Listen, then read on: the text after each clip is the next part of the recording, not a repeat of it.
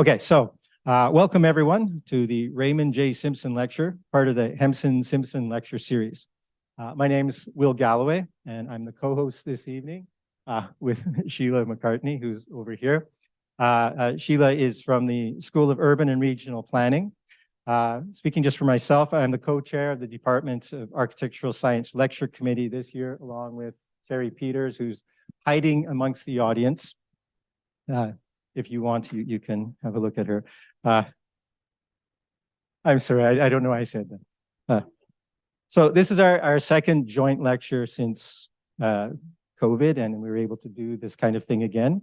And I hope we'll have many more over the years. There's a lot of overlap between architecture and urban planning, and a lot of the interests and the work of our two departments overlap. So we're quite lucky to be able to do this.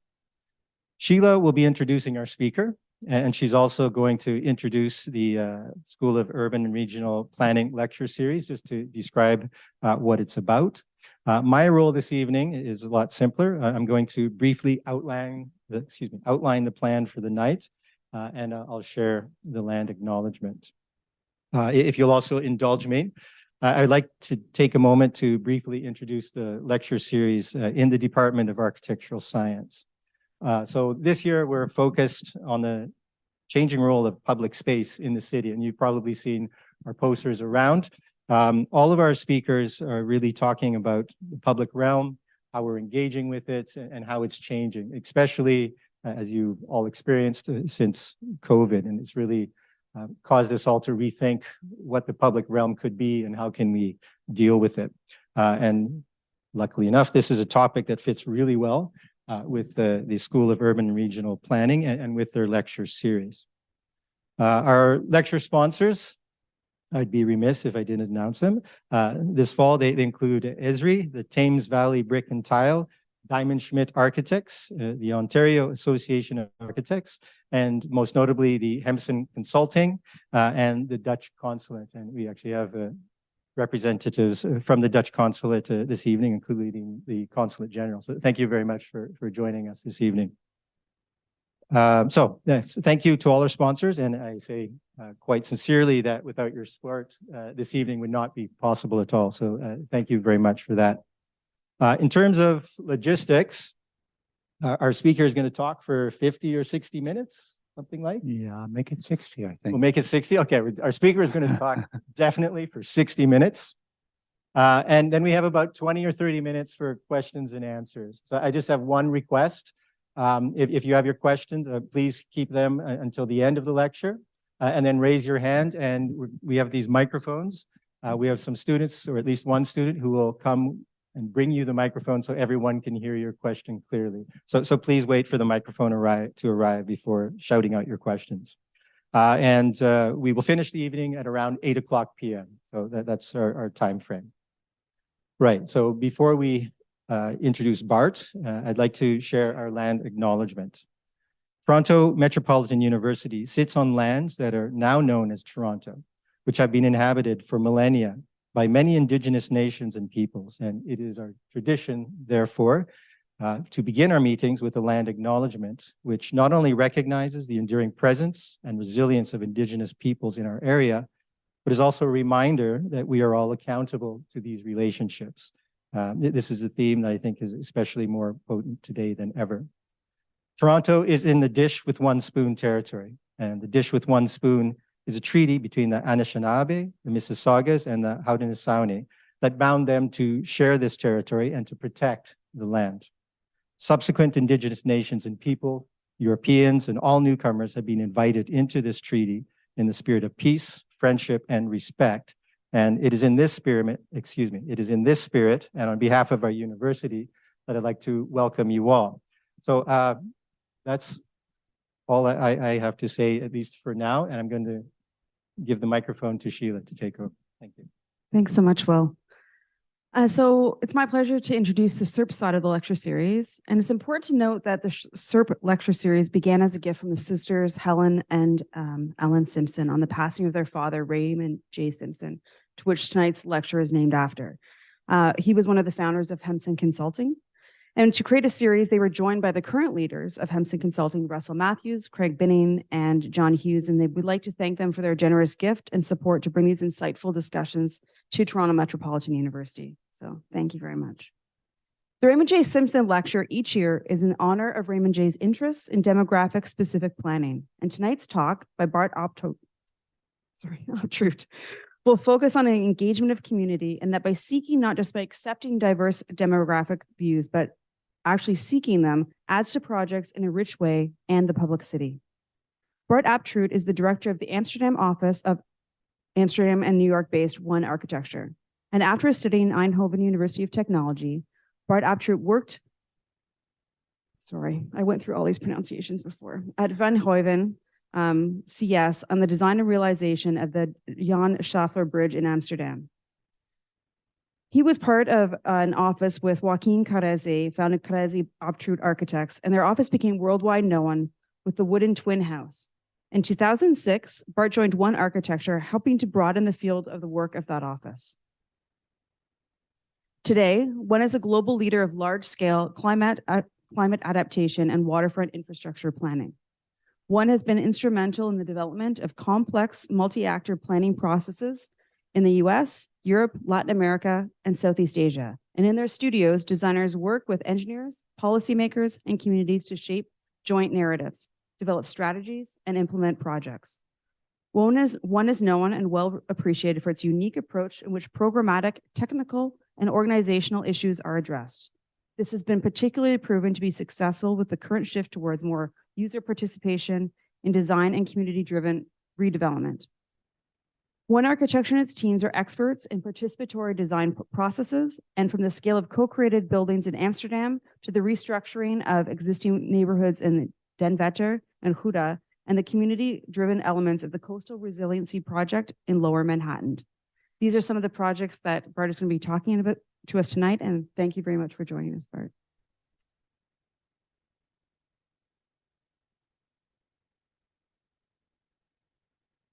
For the introduction, we can keep practicing on the pronunciations. Huh?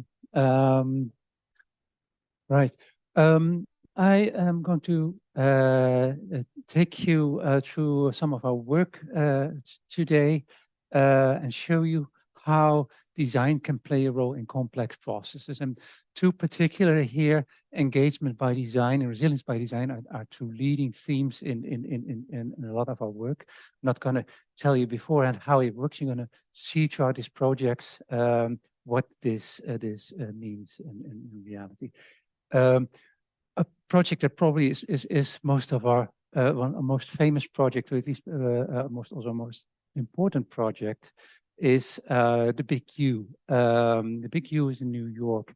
It was the outcome of the Rebuild by Design competition, which was organized by the Rockefeller Foundation after Hurricane Sandy had hit New York, and it really proved the vulnerability of the city. And the idea of this competition that was held was to change the paradigm of disaster recovery, which in the US meant lots of money from the government and insurance companies to quickly rebuild after damage was done, towards disaster prevention. Yeah, I get my clicker. It's easier, right?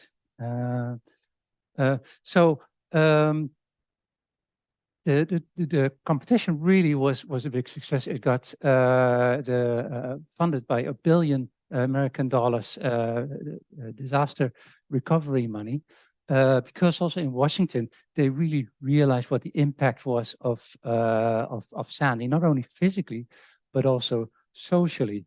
And also, it's not working. Shall I just click like this? It was really an eye-opener for the New Yorkers to see how vulnerable the city was, and how much of that city actually was in the floodplains. And yeah, see, it doesn't work. and these floodplains were often caused by many generations of expansions into flood-prone areas to facilitate ports and infrastructure. This resulted also in the definition of a large flood zone for the city, for which the competition was to come with solutions. And the initial thought that the city had was to build one big flood resilient infrastructure. And you're talking about a 5-meter high wall around entire lower Manhattan. And we really asked ourselves, how do you do that? How do you make that for a city that is so much also wants to be connected with the water? We actually stole our idea from the High Line in Manhattan. That's a piece of infrastructure that wasn't used anymore, but really became part of the New Yorkers. And we thought, hey, that's interesting, because if you have a piece of infrastructure and you can also combine that with program, then in a way you build some kind of social infrastructure for the city. And a social infrastructure is about people. And we thought it's not just one thing. If you start doing this on the scale of Manhattan, it could have many programs. Each of these programs linking to a specific place in Manhattan. So that's how we created the idea of the Big Q, which is on the one hand a very big idea, but on the other hand, it's a very tailored approach, everywhere adjusted to be developed with local communities about local desires. So this really became a process in which engagement was central. And it was engagement with all kinds of different actors in the city. There were government agencies in all kinds of levels. There were businesses involved, but most of all, communities. And one of the areas that was really struck hard was the Lower East Side. This was really a different area than the rest of Manhattan. This is an area that really had demographics against it. It is ethnically much more diverse than other parts of Manhattan, and definitely much poorer. And this is what the Lower East Side looks like. You have on the right side the housing campuses. You have the FDR, that's the highway on the east side of Manhattan. And then to the left, you have a strip of parks along the East River. Really, but the highway is really a separator for that park. So we started working with the planning committee for that neighborhood, and we started to explore what we could do.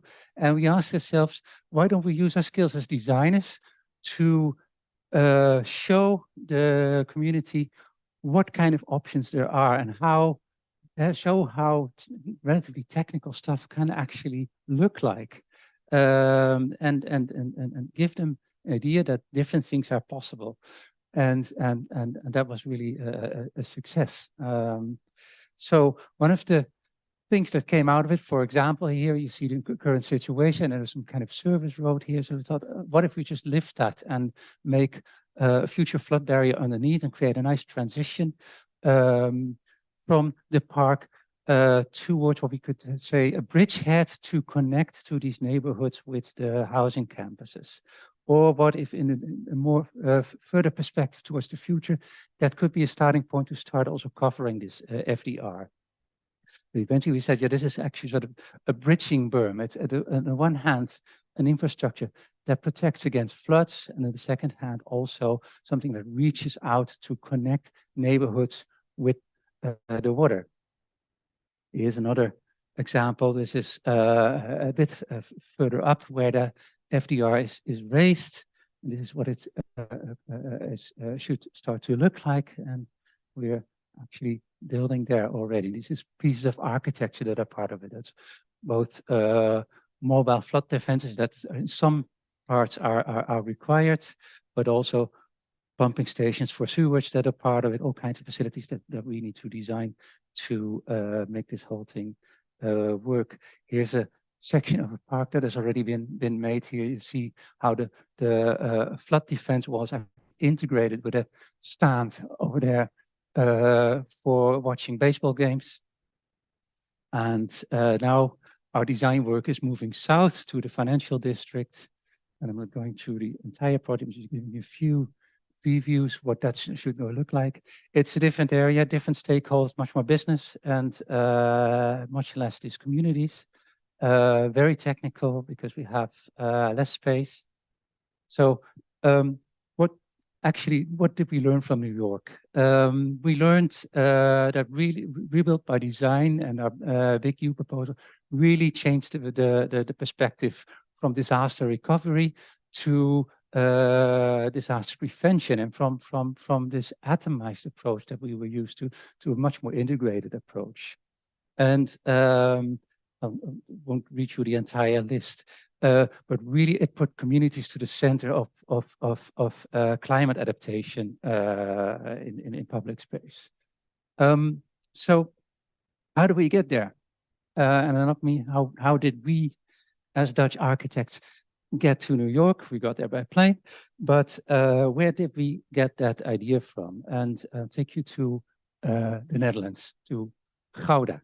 You might say Gouda, but it is Gouda. And this is a story about how an essay changed the neighborhood. So this is Gouda, I think, as you maybe know, but this is how it was known in the Netherlands in 2008.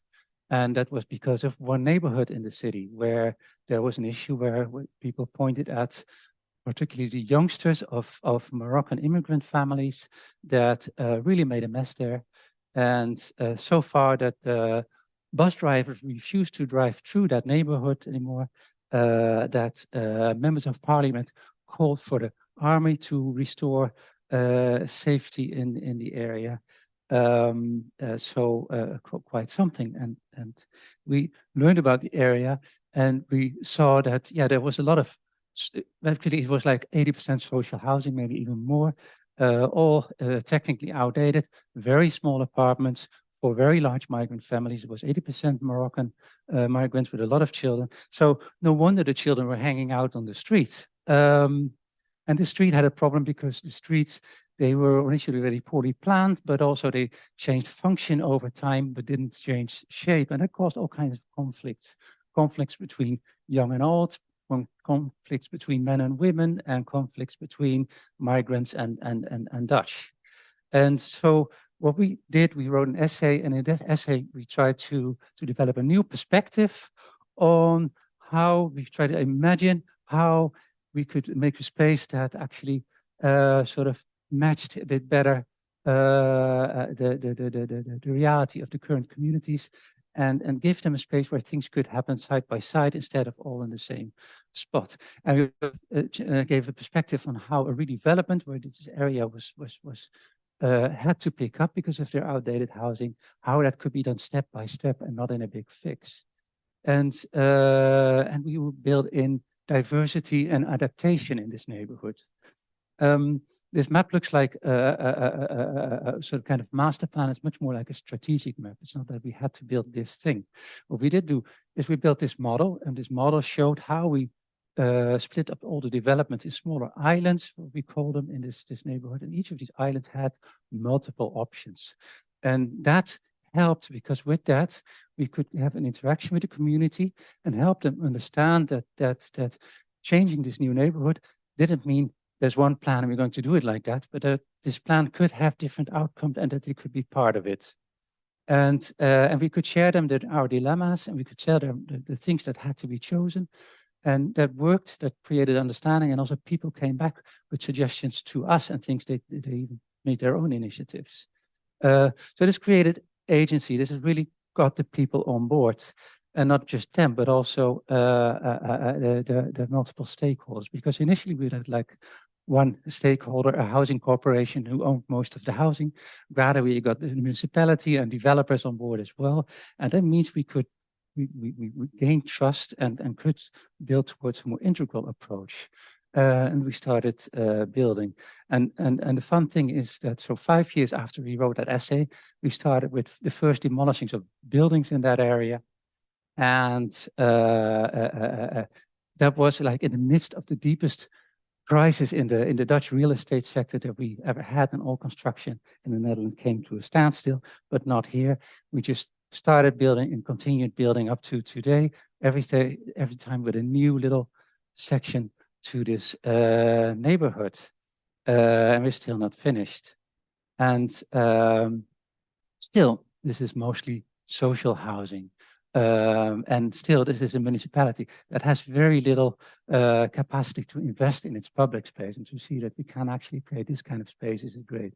But this little capacity also meant, for example, that we had a problem because this city was definitely not a front runner for a climate change adaptation, until the point that eventually the province forced the city to implement measures. And that was great, except that we already had plans prepared, and we didn't dare to propose that kind of measures. But we reserved space, and so as soon as we had to implement these measures, we could use this space and implement measures. So this is one of the most recent sections that we are going to build. It's under construction right now. So most important lesson is by dissecting this entire development in much smaller units, we managed to reduce the complexity and made sure that this process could always keep running and stay adaptive also.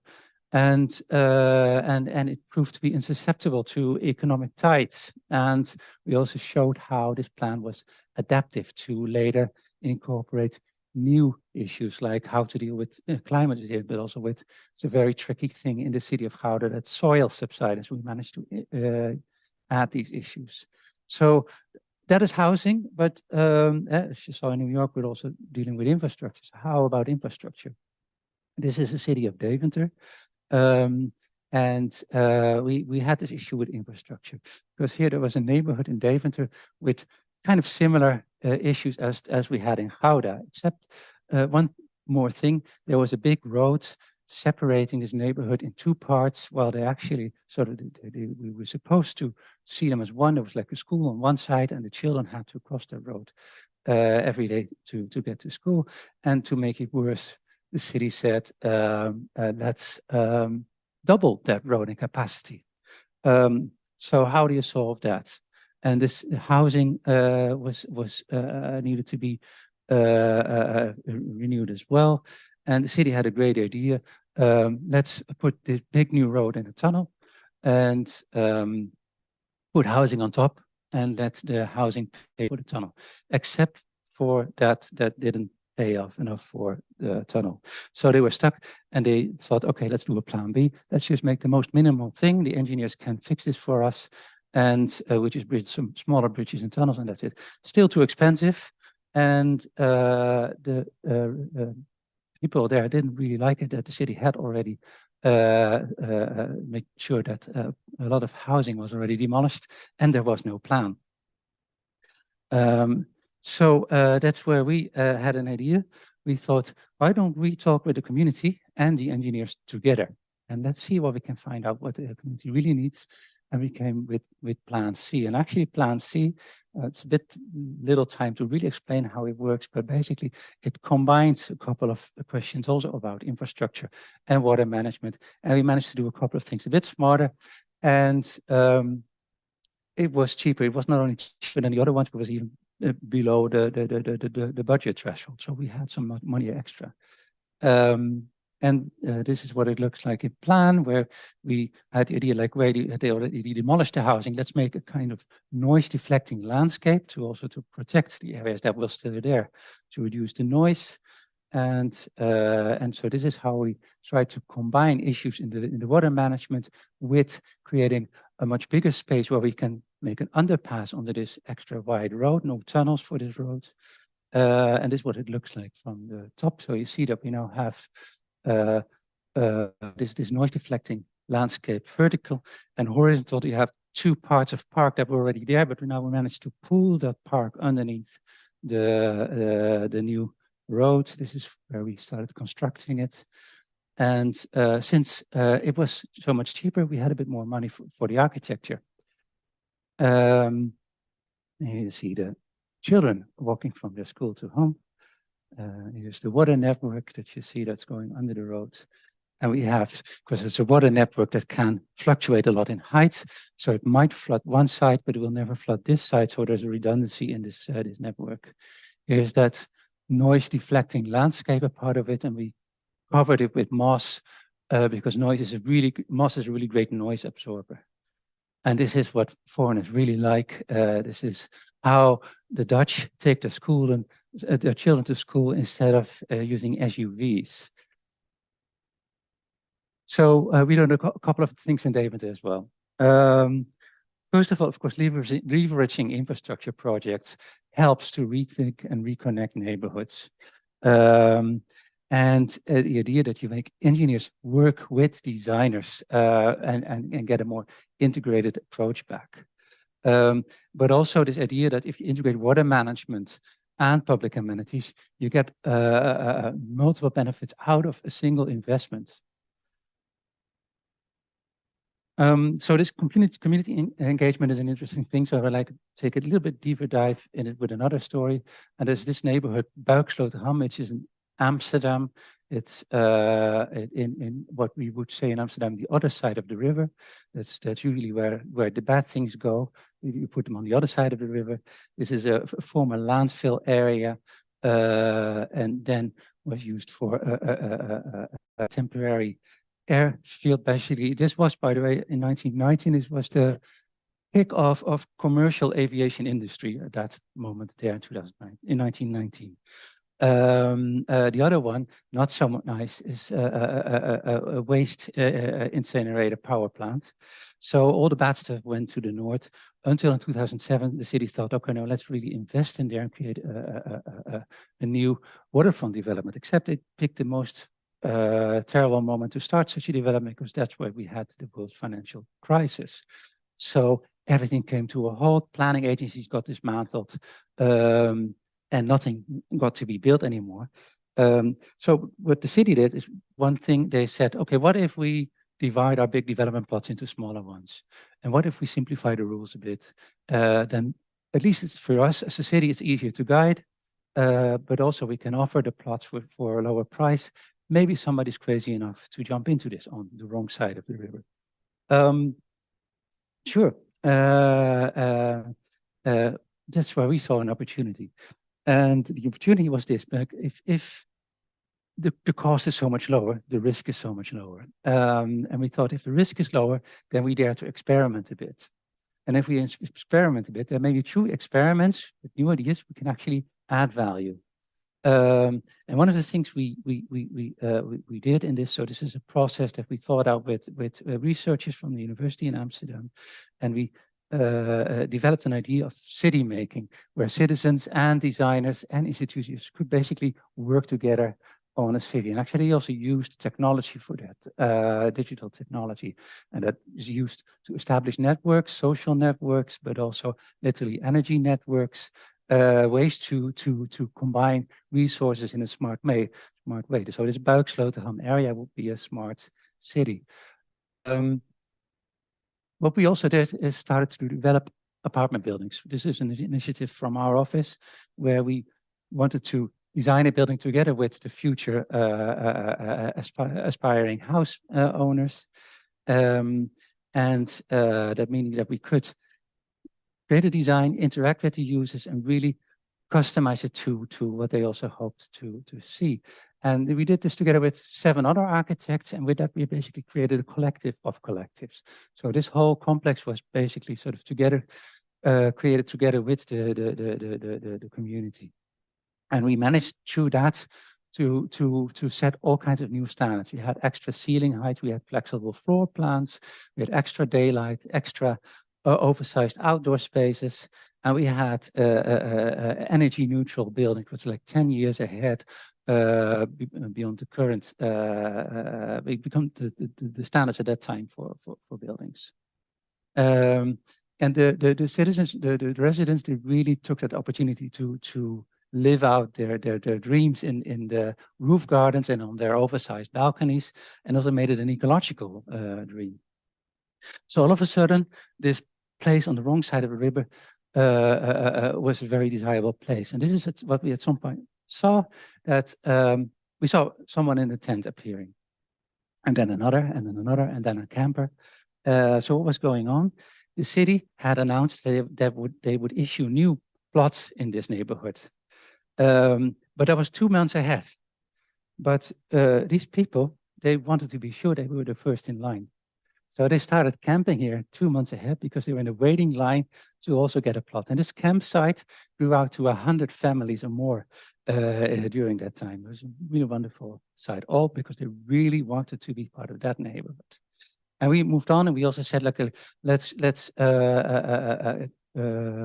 interact with the utility services and think through these things, what we can do together as a community once these layers work together. And we worked into better manage energy, mobility, water management, rainwater, sewage. All these things were sort of supposed to be operated on a community level. And we would also create this manifesto for circular Buiksloterham, the first circular community in the Netherlands. Even the municipality was on board. That was a great success. So what we learned from Buiksloterham is, so you can have a different approach on brownfield development and really see how brownfield development can be pioneering grounds. Maybe, is it possible that somebody can get me some water? I didn't think about it before. I'm starting to get a bit of a dry mouth. Yeah. And so engaging both the individual and the collective resulted into risk reduction and value creation. That was an amazing mechanism to see. And all of this in its worst time ever. So the city must have really liked it, right? Except so what the city has a problem that Amsterdam is has a very strong top-down planning culture. And they were kind of afraid of so much bottom-up initiatives. So what did they do? They said, but we learned a lot of great things, they said, and let's do that on a plot that we own ourselves entirely, where we can set the rules. So basically, they built their own island over there, really literally made their own piece of land and said, we are going to develop something there and implement all these smart things there as strict requirements on the front side. So they kind of institutionalized the whole thing. And we thought, okay, let's see if that works. Let's go there.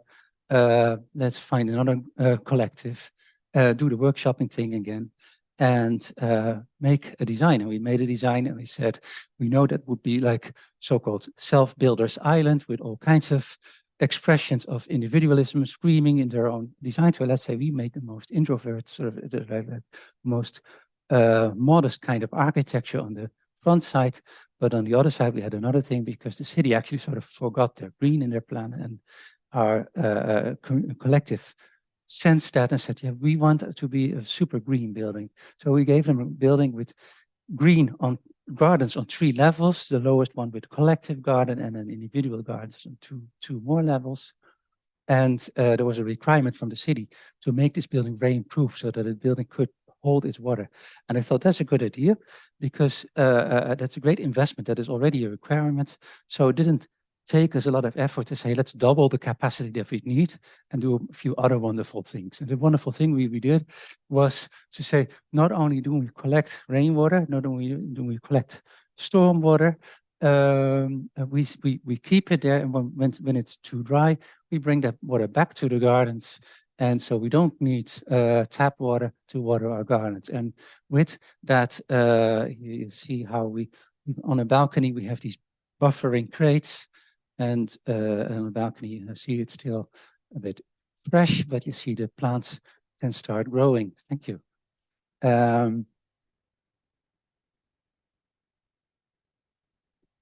Just in time, I get thirsty when I talk about water. So, and with these facilities, we also made sure that we guarantee the quality of the green. and that's of course good for the people, but it's also good for urban cooling, and it's good for the ecology that you really give a kickstart here. So what we learned is that, yeah, definitely, even if it's institutionalized, it still helps that on the front side of such project, you are capable of creating an agenda for all kinds of things that you want to do for social and climate resilience. That was really helpful. And for ourselves to really learn, because the things that you do on a small scale, they also, it's good to understand them when you start talking about the big scale. So in the meantime, in New York, of course, we were building on the Big U, learning a lot about this very large scale of climate resilience. And that didn't just inspire us, it also had inspired the administrations in the Amsterdam metropolitan region, which I will now call MRA for you. It had inspired them to also launch a project to look into how we advised them how should they invest in the metropolitan area to work towards a climate resilient metropolitan area. It's a very large scale study. There it is.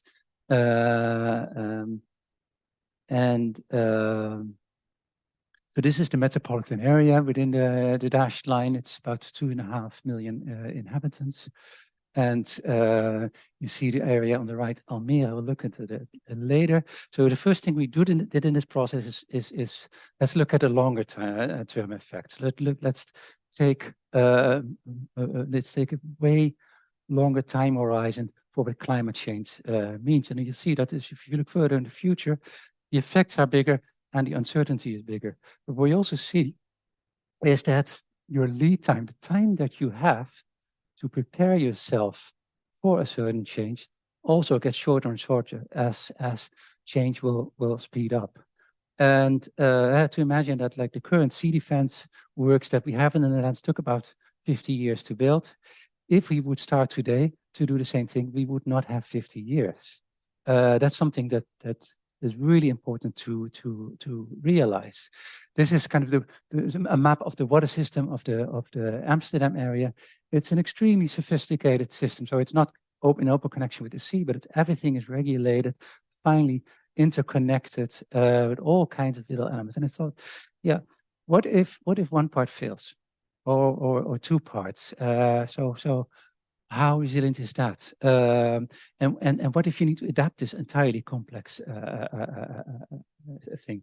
That really scares me. And still, our current planning is much more based on a shorter term of like 30 years, like the sort of the lifespan of an investment in real estate. But also 30 years is what you can oversee in climate prediction. Say, this is what we kind of know for sure, and then we don't look further. But you see, all these investments that you do, they last much longer. Housing lasts 50 years or 100 years. Infrastructure lasts longer. And even beyond that, what you do now has spatial impact much longer than that. So that means that whatever you build now, sometime later in its lifetime, it will come across the need to, it really needs to be adapted in a later time. And the cost of that for the adaptation will likely be public cost. So, and further in this research, we also did this kind of threshold analysis. We took existing neighborhoods and said, okay, these were built according to certain standards, but what if you take a longer horizon? These were not very happy outcomes. But on the other hand, what we also saw is that we nowadays understand and value the blue and green universities in a much better way, and we see the manifold of functions that can be part of it, and that can be very useful to use as a tool for to adapt to more extreme climates. We can build blue and green networks in our city, and these blue and green networks can have really like a myriad of ecosystem functions.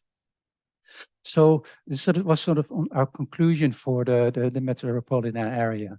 Like, first thing to do is make sure that you have basic safety for catastrophe prevention. Second is get rid of that extreme vulnerability in these complex systems. Third, if you either build for the long term or build in adaptivity so that you can change later. And fourth, you need to front load your benefits, meaning that if you're going to do these investments now, you better also have a bit of fun of it now. So I'm going to zoom in now on Almere there on the right, Almere Pampas. And that's a greenfield development just outside of Amsterdam. There's a city called Almere, which is a new town. 50 years ago it was founded, and named after an inland sea that we had there. And it is this Almere, which now has 200,000 inhabitants, was built in the largest artificial island in the world, and it's actually on the bottom of the sea, 5 meters below sea level, in very soft clay. And when they built it 50 years ago, it was still an agricultural area. That was the main purpose of this polder. And the planning department of the Ministry of Agriculture got to build a city. So there were landscape designers and agricultural engineers that actually designed the city. And the great thing is they started to build a blue-green network instead of a city. And we thought, hey, that's great. Maybe we should do the same thing. But now with climate adaptation, we may need a much finer grid to do this. And in that grid, we can think of all kinds of pre-developed blue and green landscapes that could fulfill certain functions, either safety or water storage or growing trees that could help the city to grow in later. Again, we did sort of a threshold analysis, like this was basically how the development more or less should work. They had what they had in mind, and we checked, okay, but what if we take this longer time horizon and more serious climate stresses? It was not a happy sight, because you need to get rid of so much water. Your whole system is only meant to get water out. You need to store that somewhere else. There is no somewhere else. And when you do need the water in times of drought, you don't have it anymore. And that means in this soft clay, if you take the water out, it subsides, just like we also have in Gouda. So we came up with this idea, say, let's integrate a blue and green network that we pre-develop, and we get all kinds of benefits from it. And its benefits, for example, is like, so you store water, you with that, with holding the water, you can reduce the subsidence in this area. You have the trees that can help for cooling. So all these things. Another aspect here is that I'll quickly go through it, is that we needed to think in a time dimension, because we were talking about a development that would take 30 years to build at least, and it wouldn't start in 10 years from now. So you need to think, what does that mean in time if you pre-develop something? So we said here, there is a conventional development. What if you first develop your blue and green? And we said, hey, that's nice. It actually, you have your first houses there when you also have your train connection realized that needed in this area. And let's scroll. Yeah, let's scroll. So and these areas that you maybe don't need right now, maybe you can, instead of growing potatoes, you can grow fiber crops that can be construction material in your new neighborhood. Or there's a wind farm there. Maybe we can use the terrain around it to prepare soil in a process that we call clay ripening to turn it into a construction material. So there's all kinds of options that you can start thinking about if you understand planning also in the time dimension. So this you saw before, all these functions of blue and green. For Pampas, we sort of reshuffled a little bit to make it sort of more functional for our development, and say, okay, we need to focus on and label all these functions in 3 different scales. Like the green you see from your house, it's the park of 5 minutes walking from your house, and there is the neighborhood blue and green network. That last one is kind of what the founders of Almere built already. This middle one is the one that we said, we can definitely pre-develop all those functions in a blue and green network. And the first one we said, it's possible, it's most likely we can, like 50% of the people in the Pampas development get a view from their house on the pre-developed blue and green network. So, but still blue and green networks could take space. But we said, that's okay, because these are very nice areas. So, and this can be a wetland, it can be a forest, it can be just water. And what if these very nice landscape actually replace the community green that we have in a neighborhood? What if they even replace to a certain extent private green? Then you can merge them together and actually save a lot of space in these developments. It maybe only work in the lower densities, but still this can be really great to have such landscapes in your neighborhood. One of these images is the real photo, by the way, and the other three are artificial intelligence. Maybe anyone sees which is which? All right, it's the flooded image that was the real one in Argentina, by the way. So we learned a couple of things about Pampas. So integrating this temporal dimension, that was really a key for this development. But also, this last one is also important to realize. What we did is also a way to replace vulnerable gray infrastructures.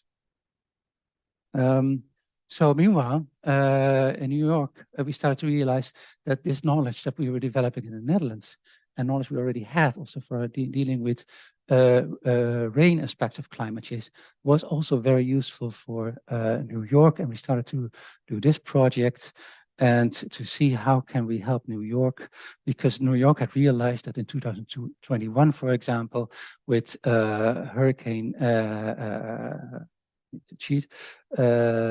Ida. Hurricane Ida dropped 80 millimeters of rain in 1 hour, and I really realized how vulnerable the city was. It wasn't just hurricanes, it wasn't just sea level rise that you had to deal with, it was also rainfall. And it was not just private properties, but also the lives of New Yorkers that were at stake. And it was really sort of an eye-opener that these events that scientists had warned about for the future are happening today. And for New York, it also is an eye-opener that this entire city, large parts of the city have been built over creeks, over floodplains, and over wetlands. So this natural base did have the capacity to hold that water, but not anymore. And another thing you need to realize, it's always the vulnerable communities that end up at these poor soils. And these vulnerable communities, they don't have the knowledge or the money to recover from this kind of disasters or to prepare themselves against another one. So, and it's very complex. There's all kinds of aspects that you have to deal with. And you also see in a situation of disaster management, it's a very diverse, many different entities that need to work there and they don't work together. So what you need to do is also, if you want to fix these things, you also need to work towards integration. You need to make sure that different entities work together and still also realize everyone can do a share in that. And that's why we use this kind of toolkits for with all kinds of solutions from all kinds of skills. And we make these calculations like back of an envelope calculations, like what if we implement the measures? Can you really deal with that water? And you can. So for New York, we had this lesson, like really important actually. So really start with the most vulnerable communities. That's really key. And also make sure that that you create massive investments in multi-benefits in blue and green solutions. So you pay once and you get multiple results. And if you can't go fully green, then at least prioritize on the options that do create co-benefit solutions.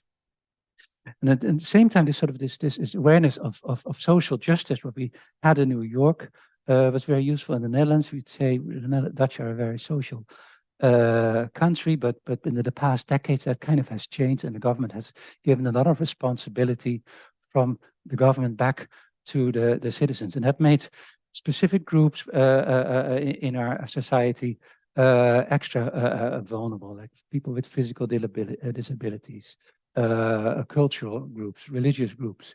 So that really a change, and so we also thought about focusing more on that kind of things. Garden Village Oostzaan in Amsterdam, which is really in the midst of a lot of developments, mostly on the waterfront, and we had a project here.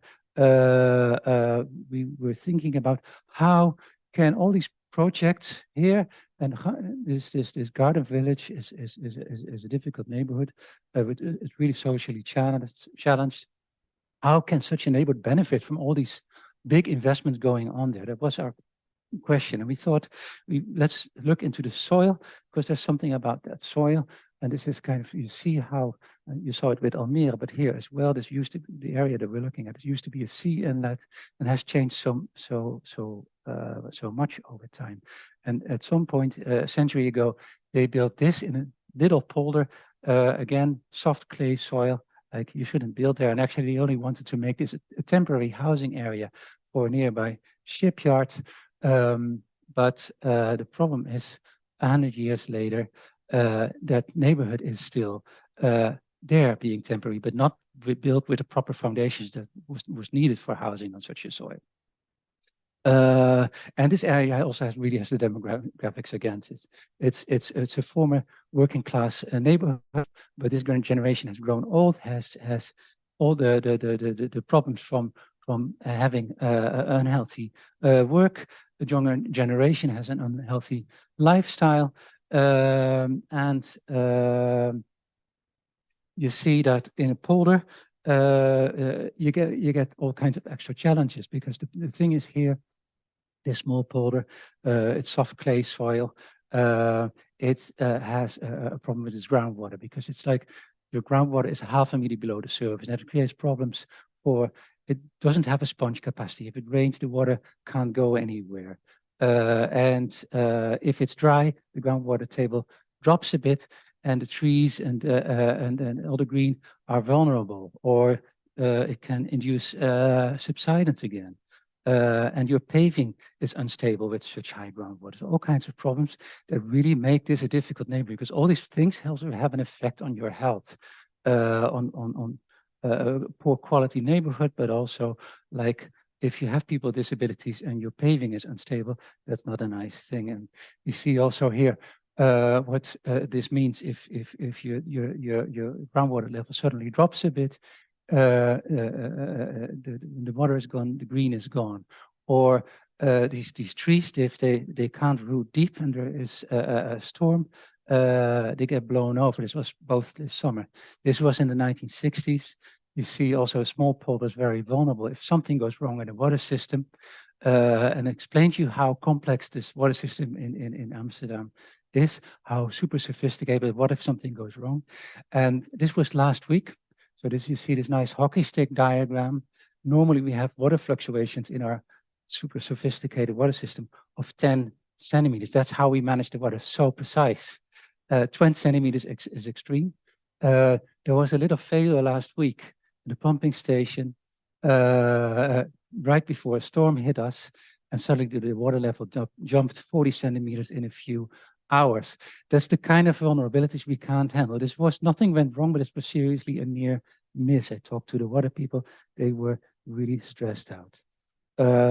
So we did a project before in another part of the same polder, where we looked already into this aspect of water safety. See, it said, if you're going to new developments, how can you integrate water safety? And the thing we figured out is we shouldn't just look at this new development. See, what can such an area mean to relieve stresses for the other areas? See, can we store water there? Or in case, if it really does go wrong, can we create a safe haven by raising infrastructure in certain buildings so that people can flee there, especially people with disabilities that you can't, that takes a lot of effort to get them out of such an area. And back to this polder. So now we're looking into the soil. This is the last project, and we're still working on this project, but it's nice to see what we're working on. So we're looking into all these kind of measures, like how can we deal with this nasty high groundwater? And what we need to think about is to make sure that we manage that groundwater level better, so that it can become sort of a stable low. And in order to do that, what we actually need to build is a groundwater infrastructure. We need to make sure that the groundwater works better to transport, the soil works better to transport groundwater. We need space for that, but we also need to look into the composition of the soil, and meaning we also need a bit of nature-based solution, because we need to make sure that if our ecosystem is healthy, worms and fungi and bacteria can actually help make the soil spongy, make the soil be able to absorb water. So that's why we started to think about something we could call a soil infrastructure through this neighborhood. And we would also say we should connect it. There's on the side, there's a lake. Let's connect this neighborhood to that lake so that the lake could also help as a relief to buffer water. But also, since that lake is embedded with green, let's see how it can also be your extension for recreation and for this enhancing the ecology. We made this kind of design decision diagrams. We were still working on those to say, what if you have a certain situation in your neighborhood, like do you have enough space in your depth or in the width of your profile? What kind of measures can we take? And we make this kind of cards here, and these are about combining social and physical measures, because we see that there are different worlds in the planning culture. And with these cards, we bring the experts from the social domain together with the experts from the spatial domain and let them see how they can actually work together in integrated solutions. And we're looking now into two specific focus areas. One is a corridor under the ring highway of Amsterdam to see how can we connect that lake on the one side with this polder on the other side. And there's another, like this is the main street of that neighborhood. How can we build that ecological soil infrastructure that can hold water? And these are some sketches that we made some time ago, how this could look like if you could take all these measures together, not just do one thing, but make this a multi-benefit thing. So we're still learning here. And yeah, the thing what we now ask ourselves, if we look into this neighborhood and want to take measures, we're thinking about three different approaches. First of all, what would it look like if we just did technical fixes, but you just don't gain anything extra? Second is, what if you take this ecological perspective and see, I take nature-based solutions, how can they help? But then if you do that, what kind of opportunities are there for the neighborhood? Or if we say, what if we engage the community first, ask them what they really need, how can we then implement those measures in a way that they also work as a soil infrastructure? So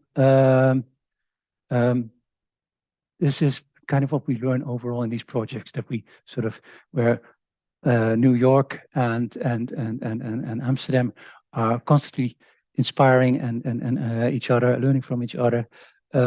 So one is that these subsequent planning efforts, we really need to look at broader areas, and we really need to start to think with a longer time horizon. And the second is this community engagement really needs to focus on building stewardships, that everyone involved in such a thing sort of aims for the same thing, aims and understands why we're doing these things in a certain way. So this longer time horizon necessary, but also this line, all of this is about what is the role of design in this process. And design, really, we have a responsibility as designers. We can oversee consequences as professionals, and we need to inform our stakeholders about them and show the possibilities that are there. So that is this obligation that we have as designers to act, and it's tough. It's what you need to think about. It's really what we can create is really great, and it's not just for us; it's also for generations after us. Thank you.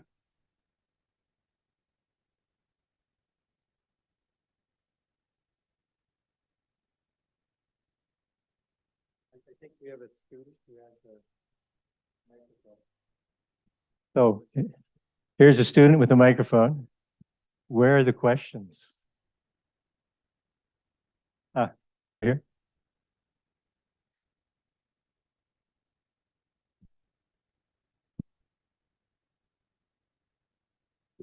This is slightly off the main topic of this, but I'm very interested in the in how the first one that you went through, to what degree has the redevelopment in there led to reduced problems with the youth of the community and all of that that you started? Simply said, it's now the most desirable area to live in that city. Good answer. Surprised us. I mean, we didn't aim for that. It's really like, but I really appreciated it. That's great to see.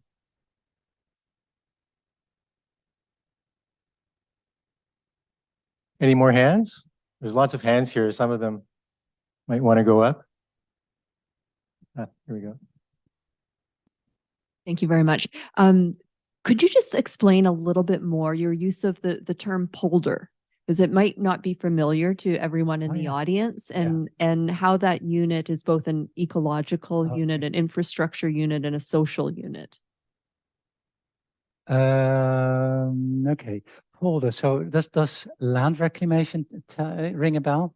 There's something that wasn't water at first, but we made it into, it wasn't land first, but we made it into land by building a dike around it.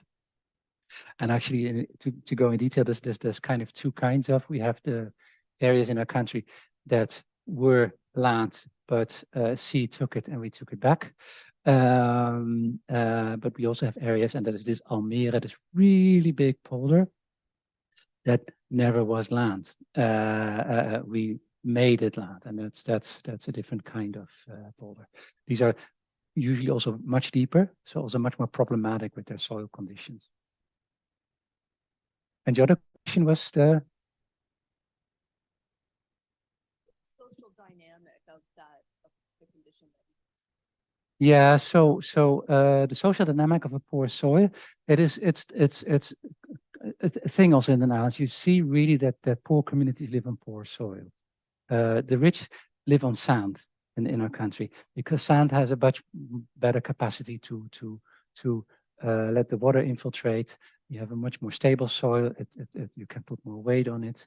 So these poor soils, if you put weight on it, it pushes down. If you take the water out, it'll go down and it doesn't come back up.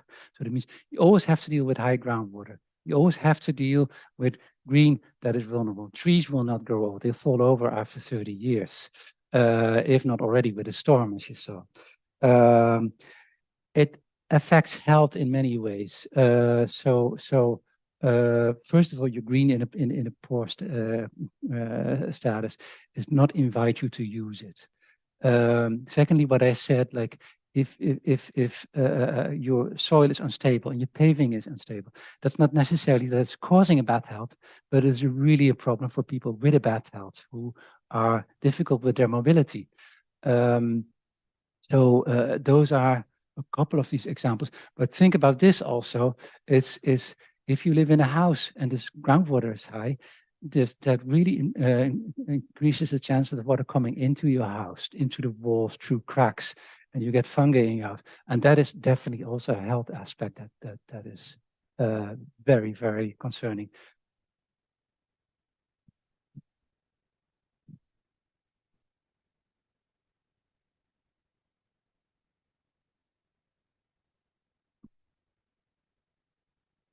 Are there any ways to make current buildings more rainproof?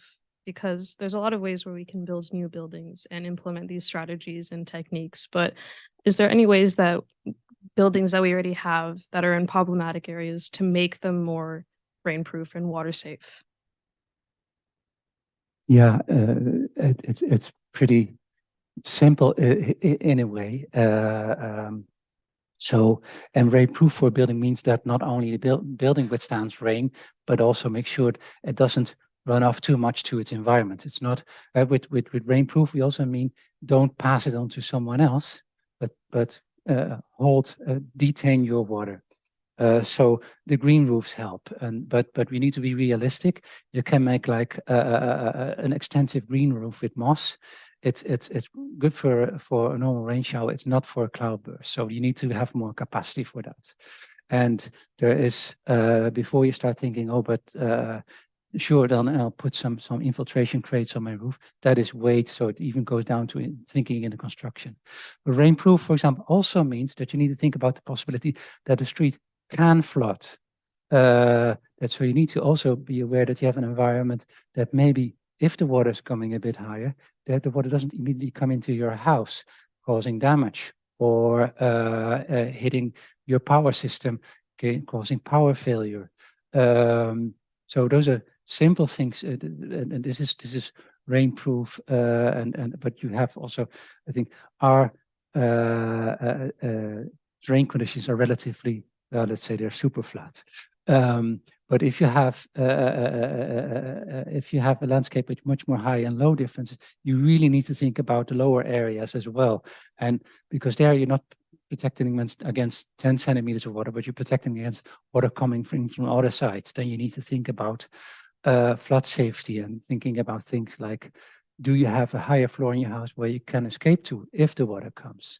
So that's also an aspect of rainproof that you need to consider. And in theory, it's pretty simple. It's actually, yeah, so the difficulty is more, I think, in existing housing stock. How do we adapt those? Because there your options are a lot less, but we have a lot more existing houses than new houses. I think that's a common thing.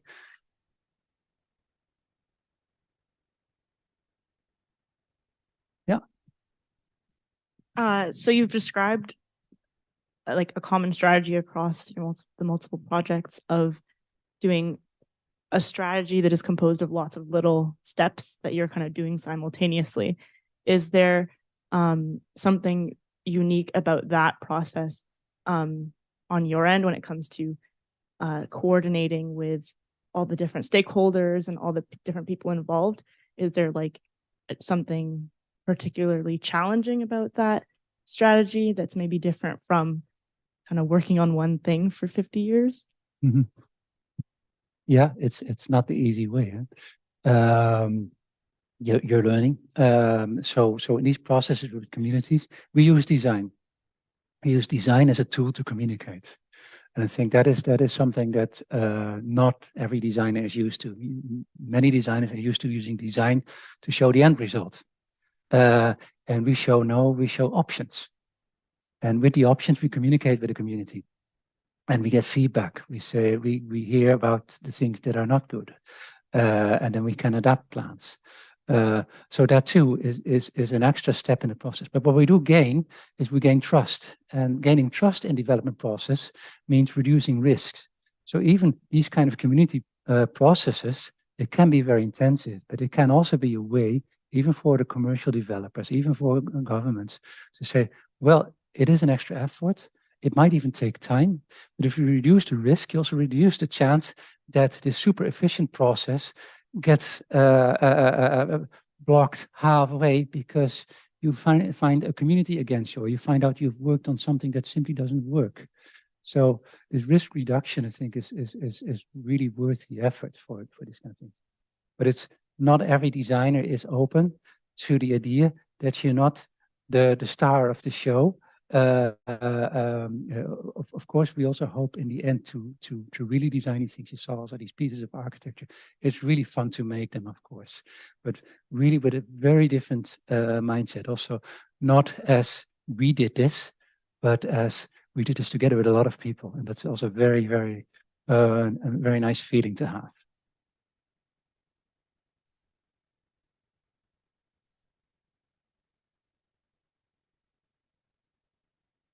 Hi, thank you. I am really interested in hearing more about the community engagement aspect. Specifically having some background in the community engagement field where lots of people see the community or a local community as one community, whereas in my experience, it can be very fragmented with different opinions, different views, and specifically from local governments. A specific way of working might amplify the voices of those that already have a stronger voice, maybe more educated, speak the language better. How did you find this also occurred in your projects, and how did you handle these issues? That's a good question. And maybe there's not one answer. I think you also, of course, you need to sense that that's a part of this process. True, you have the stronger voices that come to your meetings, Still, you need to try to find a way that you try to understand who are the agents, who do they have a role to communicate, to pass on your message to the rest of that community, the people who don't show up.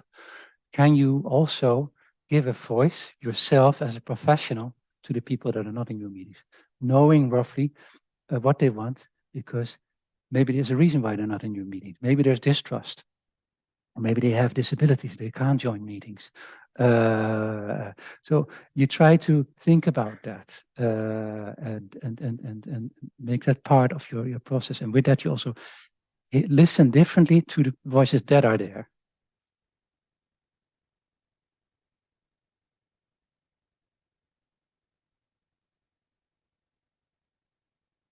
How do you deal with big stakeholders that have, a very powerful, strong reputation and, a track record, a long track record like the Army Corps of Engineers in New York, and just trying to provide different strategies that they may not be familiar with? It's not that we have fluid cooperations with everyone. It is sometimes a big struggle, and sometimes you do need to accept certain things that they don't work out the way you want that. And also, for example, for the big U, that meant a lot of things that we had to rethink, that we have to find other solutions, because we do find them also against us. We do also find this rigidness, and there's many different kind of, so we still basically, for example, in New York, the city as a whole, of course, supports our plan, but as soon as you go down the pipe, you end up in different silos, all kinds of different departments. Each say, we do it like this, and the other department say, we doing like this. And it's our challenge to make that into an integrated project. And that means that we sometimes do need to move along with their wishes, to make sure that we can still move ahead. Because just getting stuck there doesn't get us a flood-proof Manhattan.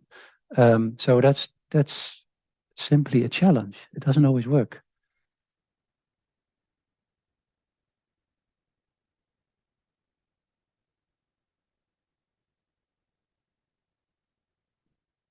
Thank you. To go back to Havda,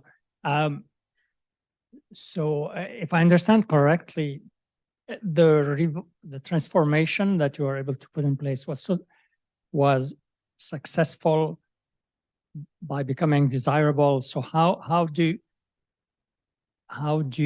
does that not itself essentially force out the community that was there in the first place? What happened to the Moroccans, and how did the transformation, or did the transformation change relationships as well with the conflicts? I was not clear about that part, and if this was the starting point, what happens afterwards? Yeah.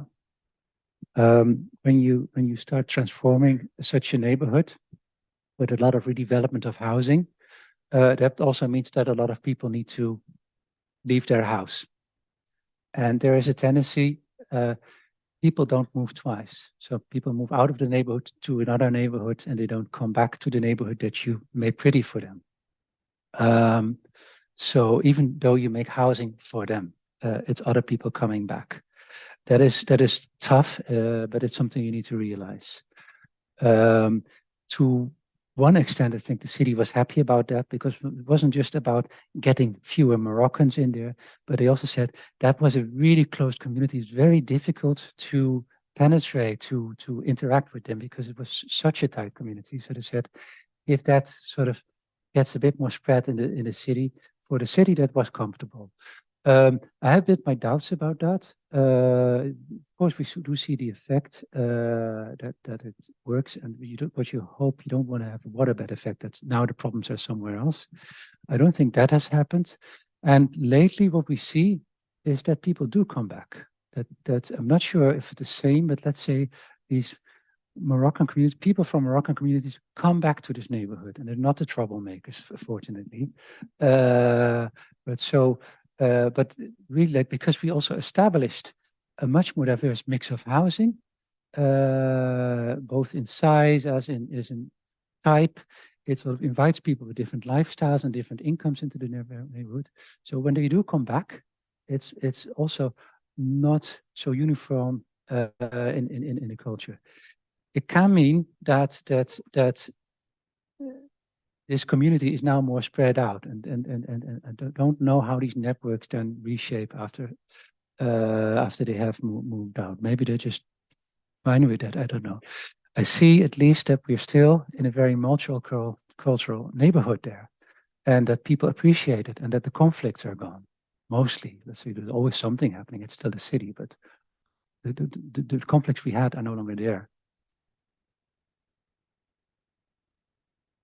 Yeah. To ask about the reclaiming of like public spaces from infrastructure of roads, which you did in New York.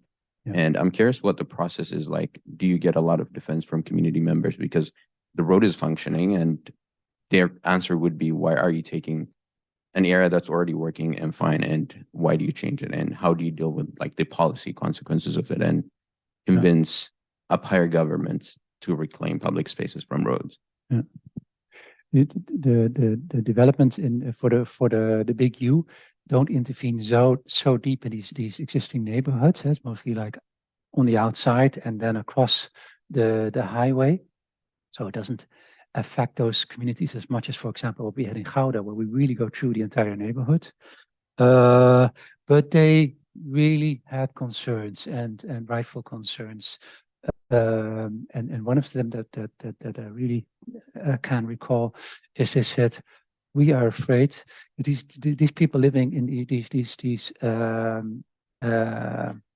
housing campuses, affordable housing, and they said, if you're making these wonderful parks here, beautiful connections, that's great, but won't we be gentrified out of our own houses? That was their fear. So they said, please make it something that is for us. Please don't make it something that's not for the next rich people moving in there and pushing us out. That was the concern that we got. And that was really something that you need to think about. Okay, but how do we design for that? That is a challenge. And you really need to try to listen, like, and really build also trust step by step. Because these concerns are definitely there. These practical concerns, sure, if you go to in a neighborhood, lots of them, really. Maybe last question. Did I see a hand raised or?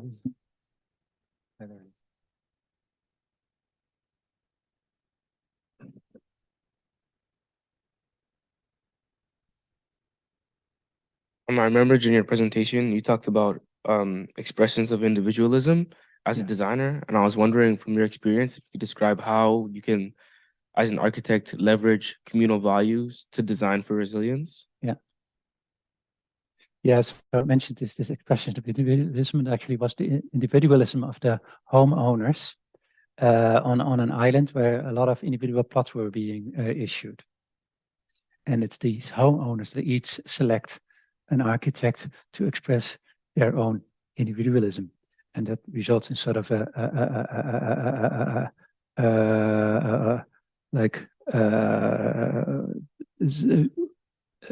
all kinds of architecture next to each other, and like you see buildings, you think, oh, these people had to be protected against themselves by an architect.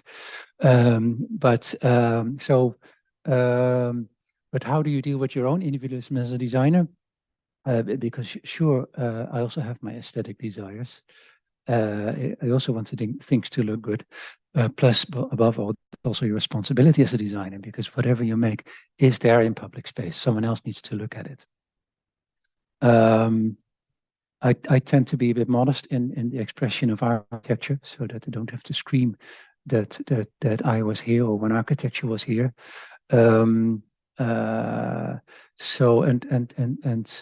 to be comfortable that this expression of your architecture is the outcome of not you but a team, and that means really that you should, there's so much ego amongst designers, yeah,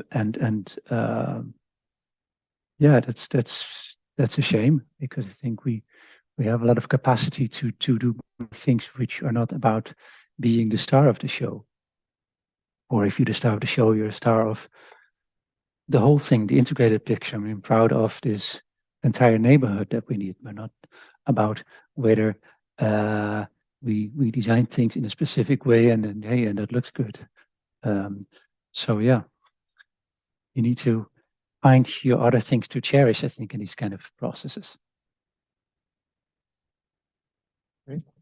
Good answer, and we'll make that our last answer, if that's okay. I'd like to invite one of the students from the School of Urban and Regional Planning to say thank you on behalf of the student body, at least. Yeah, really a huge thank you, Bart, for this wonderful presentation, and also to the folks who asked questions here today. On behalf of both faculty, staff, students at the School of Urban and Regional Planning, but also in the Department of Architectural Science, we are so grateful to have you here and share your expertise. And I know I personally really appreciated the quote you had on the previous slide about design being an inherently political act. I think that's something I will really take away, and especially your notion in response to some of the questions about design being something that's not just about an output or something that's an endpoint, but as something to start conversations and engage in conversation with communities with, will be a key takeaway for me, at least. And I know there are a number of other takeaways that students for sure will have, both to bring to their classes and beyond. So a huge thank you again. You're welcome. And thank you for giving me the stage here, and thank you for the water, because I got so thirsty. What water we can do. So before you all go, thanks again to Bart for joining us this evening. On behalf of the Department of Architectural Science and the School of Urban and Regional Planning, I thank you all for joining here in person and in the live stream. I would be remiss if I didn't say thank you to our staff and our technicians who are always making this possible, and also to the student members of our committee, as well as well, everyone who's working behind the scenes. So thank you again for that.